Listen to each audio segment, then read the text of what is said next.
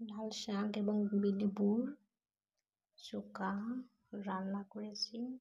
কতটাই সুন্দর হয়েছে এবং লোভনীয় হয়েছে দেখতেই পারতেছেন। হলুদ এবং লবণ দিয়ে রসুন, তেলের মধ্যে রসুন দিয়ে ভালো করে লাল শাক দিয়ে দিয়েছি। তারপরে 5 মিনিট পরে লেবু দিয়েছি। লেবু দেওয়ার পরে মাছ দিয়ে দিয়েছি। মাছ দিয়ে তারপরে আবারও 5 মিনিটের জন্য জাল করে নিব। নাড়াচাড়া করে নিয়েছি।